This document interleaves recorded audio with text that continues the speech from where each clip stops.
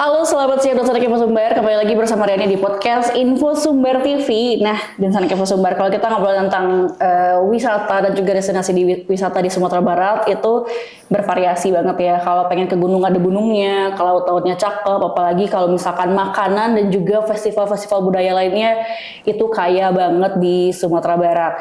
Tapi di balik semua itu ya, Insan Info Sumber, ada satu pertanyaan besar nih. Gimana nih kita yang punya potensi sebesar itu bisa benar-benar tumbuh dan kasih manfaat bagi daerah ataupun masyarakatnya. Ya. Daripada lama-lama, Riani sudah menghadirkan di sini Kadispar Provinsi Sumatera Barat, Ibu Lila Yanwar, dan kita bakal ngobrol gimana perkembangan pariwisata Sumatera Barat sekarang. Kita sapa dulu. Ada Ibu Lila Yanwar di sini. Selamat siang, Ibu.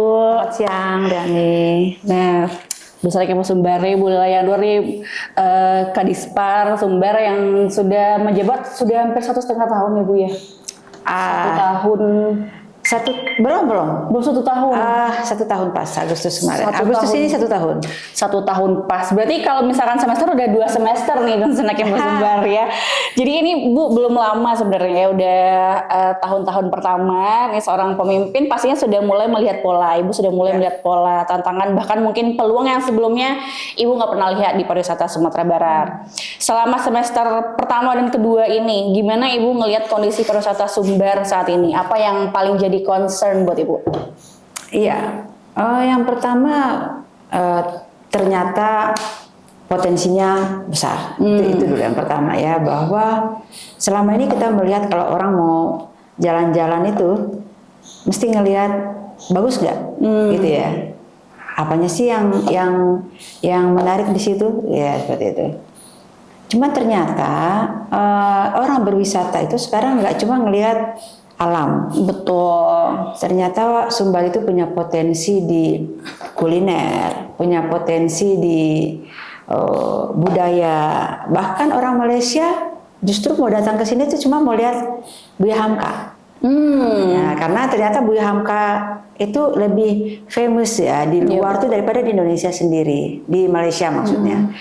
Nah, melihat potensinya begitu banyak untuk wisata alam aja yang udah terkenal itu, yang termasuk destinasi prioritas itu udah pada tahu ya, ada Alahan Panjang, ada dengan Swissnya, ada Mandeh dengan Raja Empatnya, ada Istana Pagaruyung, ada Harau, ada Mentawai dengan surfingnya, kemudian ada Sawalunto dengan sejarah Belanda kolonial, kemudian heritage, kemudian ada Kota Tua Padang dengan orang Padang Jalan Barampe, kemudian banyak ya. Dan ternyata yang hiddennya juga banyak, yang tersembunyinya masih banyak yang belum ini. Ada desa wisata Pariangan, desa terindah ya. Ada Kubu Gadang, ada kemudian Simaraso, ada Tabiang, Tabiata Kurun ya Bu. Iya, kemudian ada Banda Taram, Kapalo Banda Taram, kemudian ada Gua Kelelawar, kemudian Cemara Park, kemudian Sarugo, Kampung Sarugo, kemudian ada Nyarai dengan Arum Jeramnya, kemudian ada Sejuta Janjang, kemudian Saribu Rumah Gadang, kemudian ada belum lagi Geopar Sijunjuang Siloke, Geopar Ngarai Siano, Geopar Maninjau dan sebagainya. Jadi pertama kita melihat ternyata potensinya banyak. Kemudian yang kedua, pengunjung itu trennya naiknya bagus, baik dari tetangga, provinsi tetangga maupun dari mancanegara. Kemudian ada juga keunikan baru, itu adalah gastronomi. Betul. Jadi orang datang ke sini tuh mau tahu cerita tentang makanan rendang, cerita tentang gastronya. Jadi otentik, orang nyari otentik. Jadi memang perilaku masyarakat itu sekarang sudah agak menjadikan kuliner dan apa tuh kayak urusan primer jadinya gitu ya. Orang enak makan rendang di Jakarta, tapi tetap mau cari rendang Padang. Betul. Udah ada sate syukur di Jakarta, tetap mau cari otentiknya di sini. Jadi orang sekarang mungkin banyak ke arah self esteem dia sendiri tentang sesuatu. Nah itu juga menjadi peluang ya. Nah itu kemudian mereka bisa akses melalui media sosial. Lalu udah terbagi beberapa segmen juga nih pangsa pasarnya. Kalau anak muda Gen Z sekarang ternyata kayak di Mandeh tuh dulu cuma ada boat hopping island. Sekarang sudah ada jet car, sudah ada jet ski, udah ada water sea walker. Jadi perkembangan tuh ngikutin daripada kekinian begitu. Nah artinya apa? Pariwisata itu nggak bakal mati gaya gitu. Nggak akan mati gaya. Nggak akan mati gaya. Ada aja terus. Dulu kita nggak kenal jeep-jeepan ya. Sekarang sudah di Jalan Panjang ada jeep. Di Ngarai, Sianok tuh ada jeep. Ternyata yang naik jeep itu nggak dari kalangan anak muda juga. Orang tua juga banyak yang juga ternyata. Nah dulu orang pensiun cuma di rumah doang. Sekarang yang lebih aktif itu pada pensiun loh. Betul. Nah jadi mereka bilang senior slow living ya. Jadi mereka nggak mau dibilang orang pensiun, mereka bilangnya senior. Terus mereka masih tetap bergerak walaupun slow living, ngumpul-ngumpul, reunian. Itu juga peluang juga kan. Berarti dengan kata lain wisatanya juga ramah lansia ya. Oh iya. Jadi ternyata mereka walaupun tempatnya itu B aja tapi bisa memberikan kenyamanan. Mereka bisa ngumpul, main domino, main kartu, main apa gitu ya. Itu ternyata merupakan kebutuhan juga. Dan bagusnya dari sekarang yang mau pensiun itu udah mulai persiapan. Nanti kalau pensiun kayaknya kita nggak mau cuma di rumah doang lihat cucu.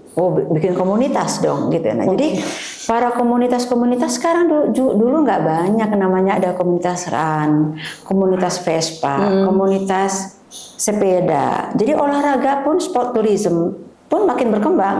Sekarang kalau mau ngundang komunitas cukup telepon ketuanya, datang sabrek-abrek itu. Betul. Nah, jadi peluang pariwisata itu sekarang banyak yang bisa di hire. Artinya belum jenuh. Nah, kita bikin event sport tourism datang ribuan. Betul. Nah, artinya bagi Sumatera Barat kalau untuk lihat peluang banyak sih. Peluangnya banyak ya. Nah, kekuatannya pun sekarang dulu orang pariwisata sendiri-sendiri. Sekarang kolaborasi antara asosiasi-asosiasi tour travel, kolaborasi dengan tour guide. Nanti kolaborasi dengan transportasi. Jadi quality ya. Jadi sekarang sudah menuju kepada quality tourism. Udah berlomba-lombanya tuh bukan lagi masalah berapa banyak bisa bawa tamu, tetapi berapa banyak tamunya spending money di sini. Jadi mereka berlomba-lomba itu bikin program yang bisa mempackaging orang jadi spending money-nya besar. Walaupun bawa 10 orang kalau kali 8 juta kan 80 juta. Iya banyak juga ya. Daripada bawa 30 orang tapi kali 300.000 ya. Tapi dengan catatan ya Bu ya, wisatanya itu harus terintegrasi tapi berarti ya. Ya, seperti transportnya, terus penginapannya, kemudian dari mungkin transport atau penginapan nanti menunjukkan wisata-wisata mana kepada wisatawan luar yang layak untuk dikunjungi gitu. Betul. Dan sekarang berbasis program ya. Misalnya program itu Kubu Gadang tuh, desa wisata. B aja sebenarnya. Cuma dia bikin program 7 hari hidup Marasai. Orang jadi senang. Kayak gimana sih hidup Marasai gitu ya. Jadi ternyata ngantri tuh. Yang mau ngambil program itu. Kemudian harus di packaging seperti itu. Dan lucunya orang jadi pada sukanya tuh masuk sawah. Orang jadi pada sukanya tuh nginepnya di rumah. Betul. Jadi homestay sekarang jadi laris. Makanya ada persatuan homestay, ada IHSA, ada PHSB, persatuan homestay, ikatan homestay. Nah mereka membentuk ikatan-ikatan untuk menjaga kualitas ya. Nah kami di Dispar itu lebih enak karena langsung ngobrolnya dengan asosiasi. Nanti kita minta ditertibkan dan sebagainya macam lebih enak. Artinya peluang untuk meningkatkan hospitality, kemudian layanan perlakuan itu agak lebih mudah dan efisien karena sudah terkoneksi dengan teman-teman di asosiasi. Oke, baik. Jadi dengan banyaknya event, kemudian variasi wisata yang bisa dijelajahi gitu ya, dari gastronomi, hospitality, kemudian aktivitinya. Ya. Apalagi sekarang ya Bu ya, kemarin itu Briani sempat ikut ada event di Bukit Tinggi, namanya Pejalan Nagari Walk di situ. Ya, Kalau ya. misalkan Ibu rasa ada di situ hari pertama kalau nggak salah ya. Jadi di situ eventnya menarik dari pemuda pariwisata Koto Gadang, mereka bikin event jalan gitu. Iya. Kemudian nanti kalau misalkan wisatawan pengen nginep situ, nginepnya di homestay yang ada di Koto Gadang tersebut. Kemudian menjelajahi. Kalau kita kan ngelihatnya ya Desa Kepo Sumber itu hanya seperti jalan biasa aja. Tapi kalau misalkan dibawa ke ranah pariwisata itu ternyata sangat menjual sekali ya Bu. Betul. Jadi kita bilang nggak harus nunggu cantik untuk bisa jadi buka destinasi. Yang penting bisa menawarkan keunikan. Betul. Jadi yang dijual itu adalah atraktif. Atraktif itu unik. Jadi siapa yang bisa jual unik? Program jadi yang ngadain Jalan Koto Gadang itu namanya Jurian. Dia kemudian dapat juara 2 Desa Wisata Nasional. Hanya dia bikin kolam yang dia bilang itu Balai Bengong. Ada rumah, ada kolam. Terus ini apa? Saya bilang Balai Bengong, Bu. Iya ya, saya perasaan udah 2 jam di sini bengong aja. Jadi bengong pun bisa jadi wisata coba. Iya betul. Karena apa? Orang sudah kehidupan orang ini sudah terlalu cepat ya. Semuanya cepat berubah. Kadang-kadang orang perlu istirahat sejenak, bengong di satu tempat yang kemudian itu jadi tempat wisata yang unik gitu.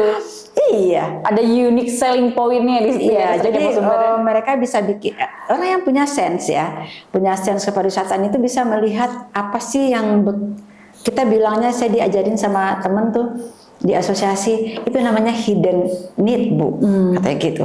Apa tuh hidden need? Kita bisa lihat apa sesungguhnya yang ingin dibutuhkan orang. Contoh misalnya, orang makan, kebutuhannya lapar karena dia memenuhi perutnya. Tapi sebenarnya hiddennya apa? Puas, relax. Orang kalau makan enak nih kayak ini nih, coba Ibu ganti deh makanannya nih sama apa yang nggak suka ya. Langsung moodnya jadi betul. Coba pare gitu ini. Nah, coba diganti sama pizza, moodnya tambah bagus. Padahal sama-sama ngenyangin. Tapi yang hidden itu adalah rasa yang ditimbulkan dari suatu kegiatan.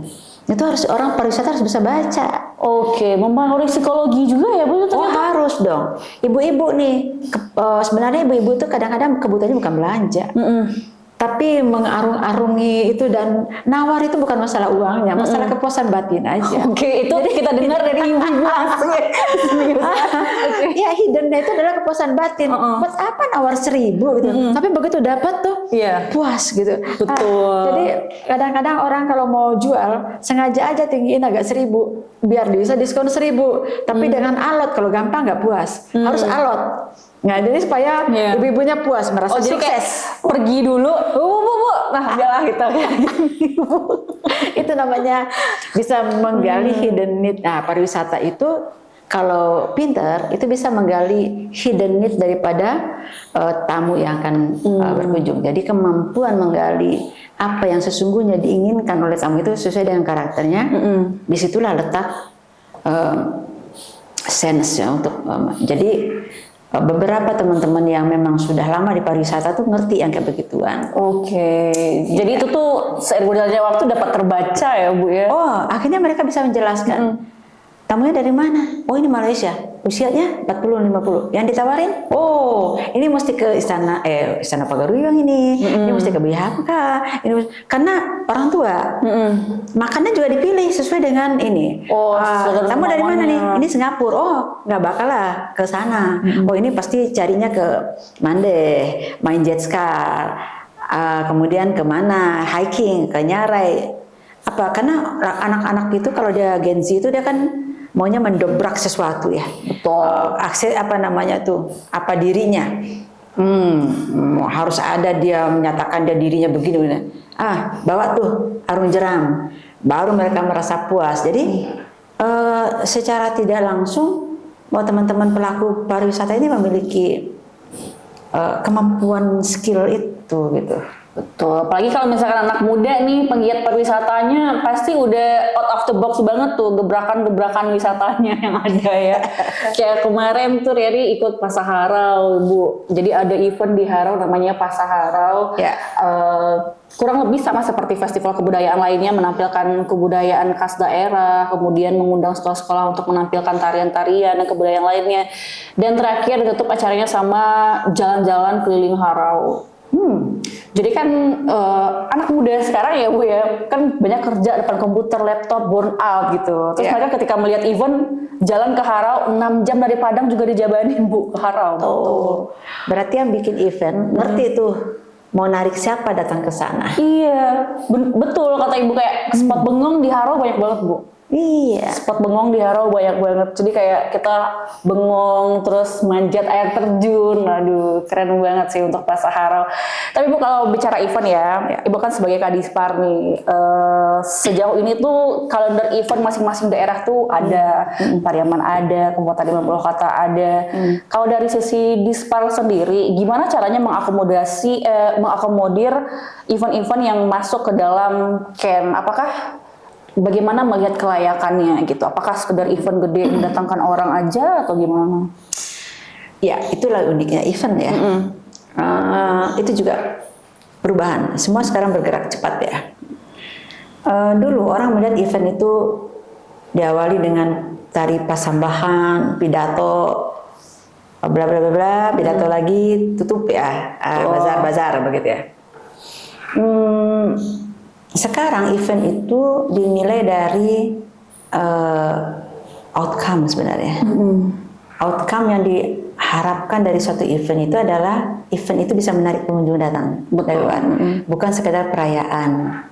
Kemudian yang kedua, event itu berupa experience yang ditunggu. Contohnya misalnya ada tuh event event panen kentang yang ternyata ramai banget orangnya. Karena apa? Orang pengen nyobain cabut kentang itu kayak gimana? Iya lagi. Lalu bawa kentangnya ke rumah, gitu ya. Itu kan suatu pengalaman yang menurut orang yang punya tidak semua bisa yang punya merasakan. ladang. Ini orang kota norak banget ya, cuma cabut kentang doang, girang amat gitu ya.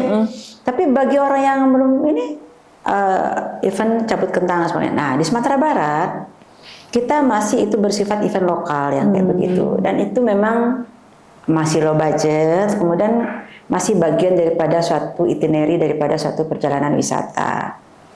Daerah-daerah kecil-kecil kayak nagari-nagari itu banyak sih bikin event untuk dengan tujuan-tujuan untuk mendatangkan daya tarik wisata seperti itu. Tapi secara Sumatera Barat kita mengemasnya dalam bentuk karisma event Nusantara yang kita kurasi sama-sama, lalu nanti akan ditetapkan oleh kementerian menjadi karisma event Nusantara. Nah kita punya 9 karisma event Nusantara yang udah lama terbangun dan terdaftar di Kementerian Pariwisata. Di antaranya Siska ya, Sulungkang International Songket Festival, kemudian The Simfest, Sulungkang International Music Festival, kemudian Festival Minangkabau, kemudian Festival Kota Tua, kemudian Mentawai. Ada beberapa festival yang masuk diangkat menjadi Ken. Namun run seperti itu juga festival sebenarnya. Cuman memang kita berharap festival kita itu yang ngunjungin kan nasional dan tembus internasional ya. Jadi kita belum kecuali Tour de Singkarak, ya, baru satu-satunya event internasional yang bersifat internasional adalah Tour de Singkarak. Nah, persyaratannya tentu yang mengkurasi, yang menilai, yang melayakkan itu adalah kementerian terkait. Kalau dia bersifat eventnya sport tourism, itu ada 2 kementerian, dari pariwisata dan dari Kementerian Olahraga. Nanti akan didaftarkan ke dalam asosiasi-asosiasi internasional. Kemudian nanti dinilai kelayakan oleh tertentu ya. Nah itu baru dia bisa tembus ke internasional. Tetapi sejauh ini event-event itu cukup. Besok ini ada event pacu jalur juga dan Raya.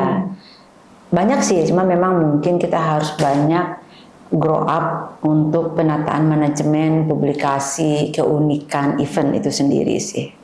Oke, baik. Jadi memang banyak harus dibenahi ya. Tapi kalau untuk Ken sendiri, Bu, itu di bawah Dispar provinsi apa bagaimana? Ya, kalau dia bersifat ajang award untuk pusat kementerian, itu memang kurasinya, pengirimannya, kelayakannya dari dinas provinsi. Oke, baik. Jadi memang ada indikator khusus ya untuk kurasinya sendiri. Nah, kita balik lagi nih Bu ke event Pasar Harau kemarin. Jadi beberapa waktu lalu Riyadi pergi ke Harau. Event Pasar Harau nih. Jadi usut punya usut, ternyata penelitiannya bilang bahwa ini event sudah berjalan 8 tahun. 8 tahun kurang lebih, dan sejauh ini minim support dari pemerintah daerahnya. Pemkot 20 kota kalau nggak salah ya, kalau Harau. Pemkot 50 kota. Ya karena mungkin ada kekurangan anggaran dan sebagainya macam. Cuma sangat disayangkan ya Bu ya, karena ternyata Pasar Harau yang kemarin itu mendatangkan banyak sekali wisatawan dari luar kota, Pekanbaru, Jambi, Kota Padang sendiri itu banyak sekali.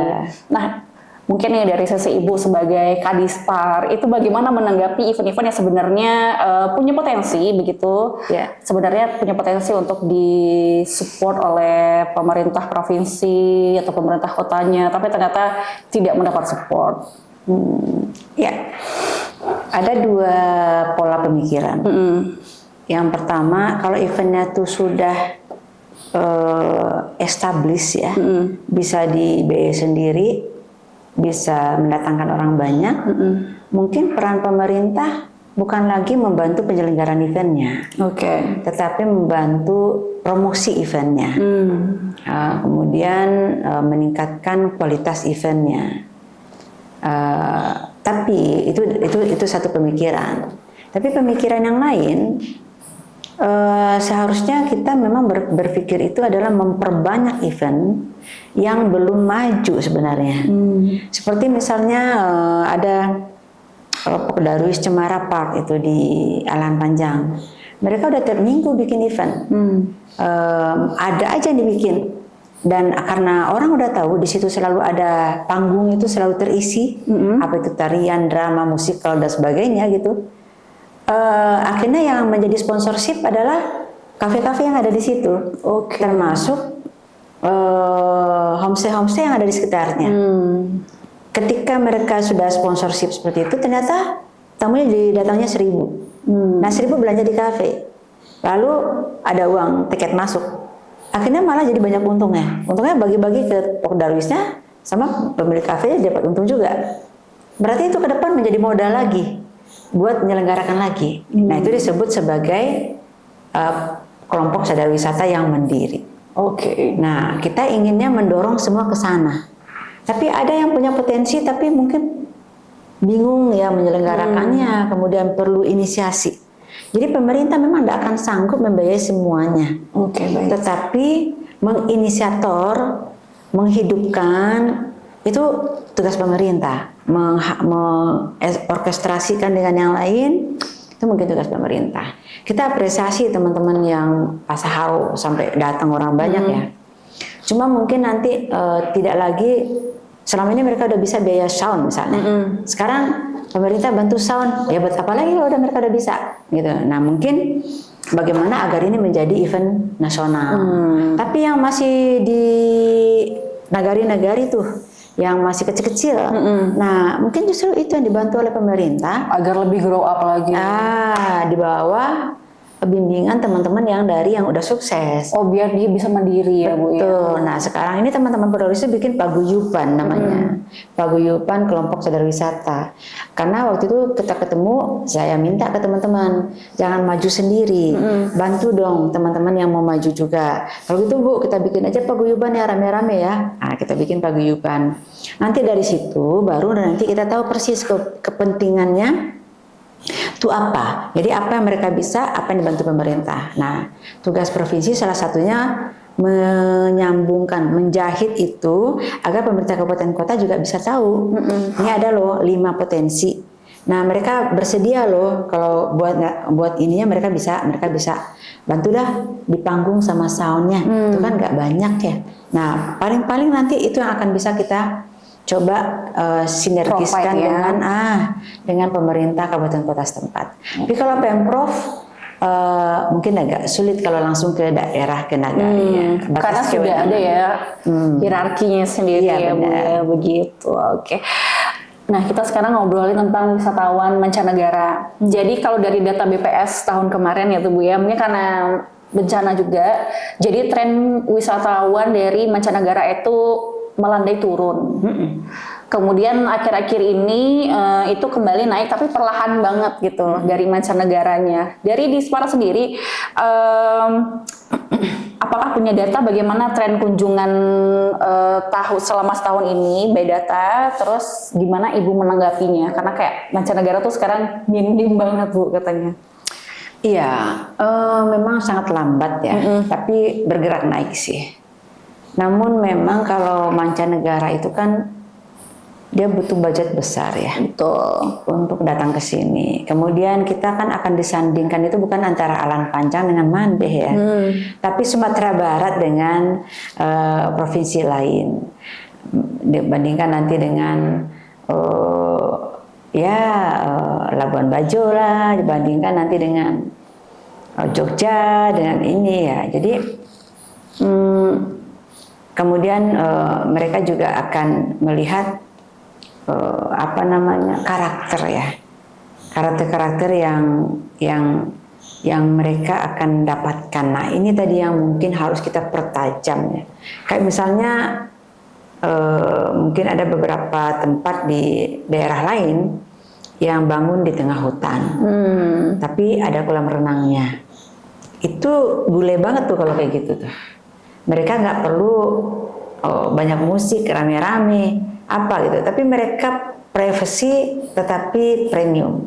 Nah, ini mungkin yang belum banyak di kita. Kita masih bersifat mass tourism. Sementara kalau kita mau cari mancanegara itu mereka private ya. Betul. Sangat private.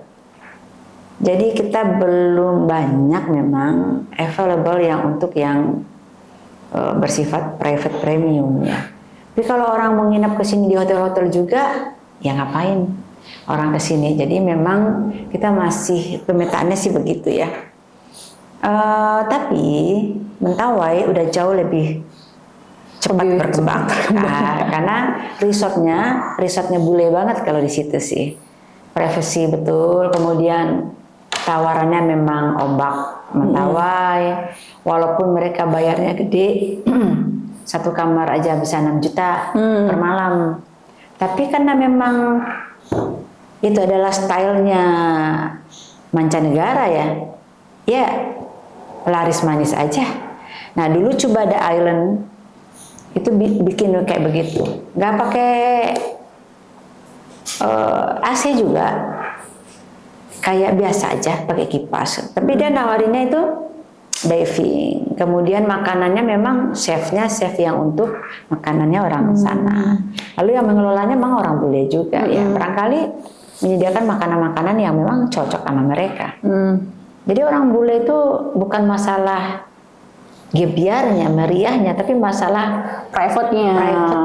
Private dan eksklusivitas. Nah, itu mungkin yang masih minim ya kita ketemu di Sumatera Barat sih. Masih minim ya, dan kebanyakan sekarang itu masih di Mentawai ya Bu ya. Itu dia. Jadi kalau mau Riani tanya kenapa Bu? Ya seleranya belum cocok. Kita masih seleranya culture-nya sebenarnya. Iya.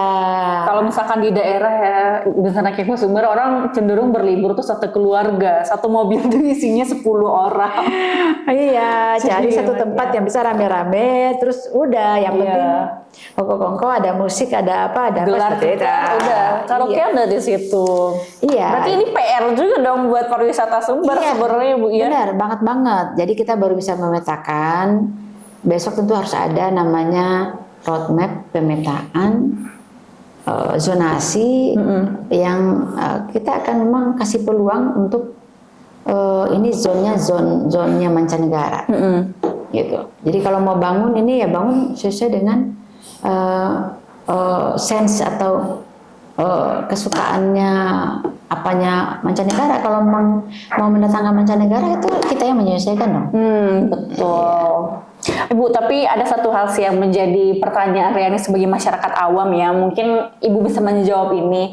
Kalau misalkan di Dishub gitu ya Bu ya, ada perdanya tentang besaran uang parkir misalnya gitu. Apakah di pariwisata juga ada peraturan tentang besaran uang masuk ke sebuah destinasi kah atau apa? Apakah disamaratakan? Karena ada beberapa case, misalnya kita ke pulau ya Bu ya. Kayak ke pulau, oke lah, ongkos kapalnya 70.000 per orang. Tapi kalau misalkan beda orang, beda lagi harganya. Misalnya 120, kayak suka-suka dia gitu. Jadi tidak ada standar sendiri tentang harga, Bu. Apakah dari Dispar sudah menetapkan aturan tentang harga pariwisata ini? Belum. Belum dan mungkin akan sulit ya. Karena itu sangat custom ya, sangat ini customized sekali. Harusnya itu peraturannya di daerah sih. Dan memang ada level-level regulasi ya. Kalau kita di Pemprov nggak punya destinasi sama sekali kan. Oh iya. Kita hanya bisa membikinkan mungkin induknya, cantelannya. Dan itu sudah ada di provinsi itu namanya Riparprov, rencana induk pariwisata. Tapi belum punya yang untuk penyelenggaraan. Kita lagi coba desain bagaimana agar secara makro penyelenggaraan pariwisata itu diatur, tapi masih makro, belum ke detail terkait dengan berapa harga untuk apa, untuk bot. Itu butuh banget kesepakatan banget, dan itu sangat menyesuaikan dengan kondisi banget. Sama-sama perahu, tapi mungkin akan berbeda perahu di Mande dengan perahu di tempat lain ya. Sama-sama bis ya, mungkin akan berbeda. Nah ini menarik sih untuk akan diatur sedemikian rupa, termasuk biaya tour guide itu berapa. Iya. Gitu ya. Memang harus diatur seharusnya, betul itu. Nah tentu ini juga PR berikutnya. Tapi ini harusnya bottom up ya. Dari bawah mesti ini ke atas. Karena kan kita nggak mungkin ya ngejudge. Menurut saya kalau di Bandar Taram kayaknya cocok segitu deh. Oh, nggak bisa gitu ya. Jadi disesuaikan dengan daerahnya. Iya, nah kita harus dengar dulu kenapa mereka taruh harga segitu. Tapi yang paling penting ya, Ibu paham yang disampaikan Riani itu adalah bahwa harus ada keseragaman dong. Harus ada keseragaman, tidak berbasis pada waktu dan musim. Betul. Apalagi lihat-lihat asal-usul tamunya. Kalau tamunya nggak bisa bahasa Minang terus jadi naik terus ya nggak begitu juga. Nggak begitu juga. Nah mungkin itu penting banget memang diatur. Itu juga mungkin salah satu yang membuat orang jadi khawatir, was-was gitu ya. Terus kalaupun dia sanggup bayar, mungkin orang jadi marah ya, merasa nggak nyaman gitu, karena merasa di scam gitu katanya. Benar. Yes, thank you. Kayak gini, homestay misalnya Bu ya di daerah Bukit Tinggi misalkan, range-nya di 300 sampai 500. Tapi kalau misalnya kita udah kalah panjang Bu, homestay mulai dari 800 sampai 2 juta sekian gitu. Jadi beda gitu harganya. Iya, bisa beda. Karena mungkin sensasi yang diterima juga beda. Iya. Tetapi harus berbasis kesepakatan bersama. Memang nggak akan mungkin disamain di Mande mungkin dengan di Bukit Tinggi dengan di Alahan. Iya. Karena mungkin ada penawaran udaranya naik lagi sekian, view-nya gitu naik lagi sekian. Tapi yang penting itu adalah kewajaran. Itu make sense nggak kata anak-anak sekarang tuh, harus make sense aja, masuk akal nggak? Masuk akal nggak? Worth it nggak? Worth it nggak? Ya kalau taruh 2 juta kemudian kata kita masuk akal terus orang nggak datang, gimana? Bukan kamu selera pasarnya gitu biasanya Bu katanya. Iya. Bukan kamu selera pasarnya. Tapi itu memang terjadi dan itu memang harus diatur sih. Baru tadi kita ngomong jangan kemudian pas liburan naik menjadi 1.800. Biasanya tracknya adalah 1 kali sehari buat 1 hari menjadi 3 kali karena ya memang masih banyak yang perlu kita atur. Benahi ya Bu ya. Pariwisata itu adalah suatu yang sustain. Bukan yang mendadak terus banyak dapat uang. Kalau tidak sustainability, mati deh.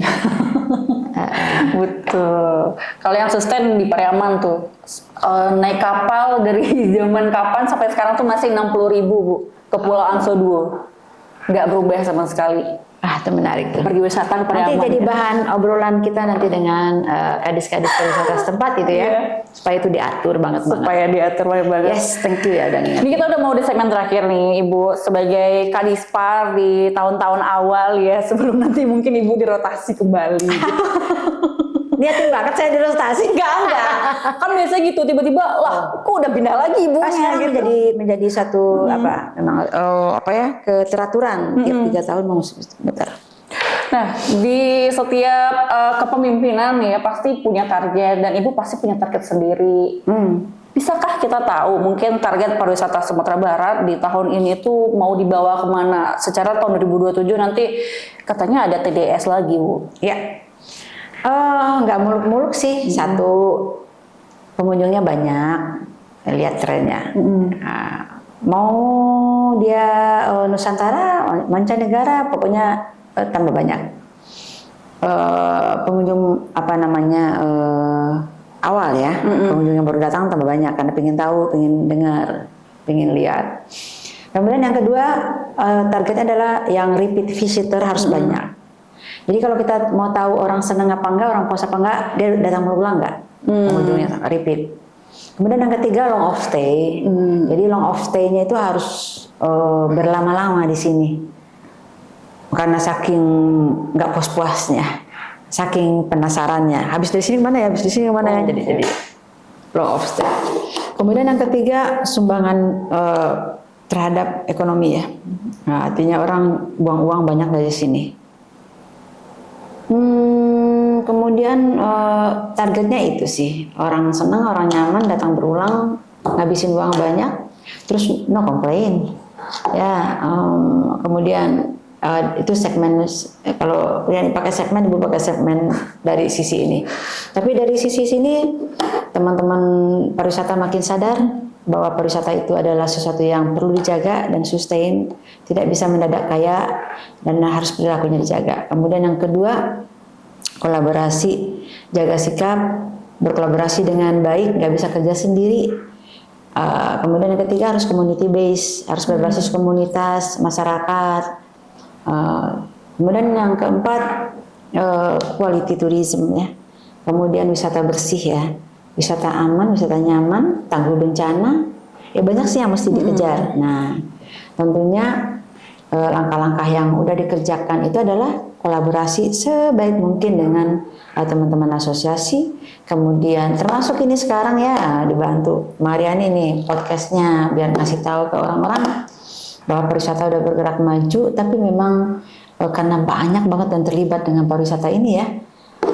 Transportasi ada sopir, nanti ada guide, ada tour travel, ada warung, ada restoran, ada kuliner, ada pemilik destinasi, banyak banget ya, banyak banget hierarkinya sih. Dan tapi so far so good ya, semakin lama semakin baik sih. Kalau saya melihat dulu di Mande itu susah banget kayaknya bikin orang jadi senyum atau apa. Sekarang dari Jawa aja mereka udah, Bu ke pulau nggak?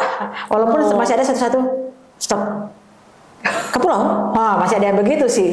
Ini nawarnya apa ngancem ya gitu ya. Nah, tapi rata-rata mereka sudah Bu ke pulau gitu.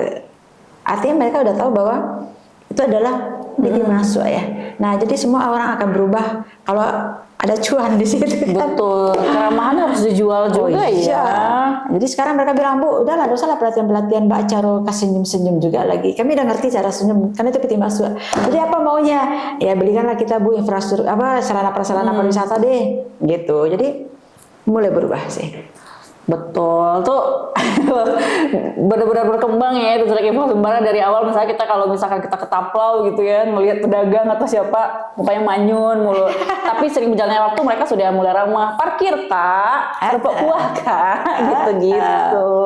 Nah, jadi gitu memang Trek Info Sumbar ini pariwisatanya bukan cuma destinasi yang indah aja ya Bu ya, tapi tentang gimana juga nih destinasi tersebut itu bisa menghadirkan experience yang bikin orang pengen datang lagi. Yes. repeat, apa istilah tadi Bu? Repeat visit. Repeat visit ya. Jadi harapannya potensi wisata Sumatera Barat tuh bisa terus berkembang. Ngangenin.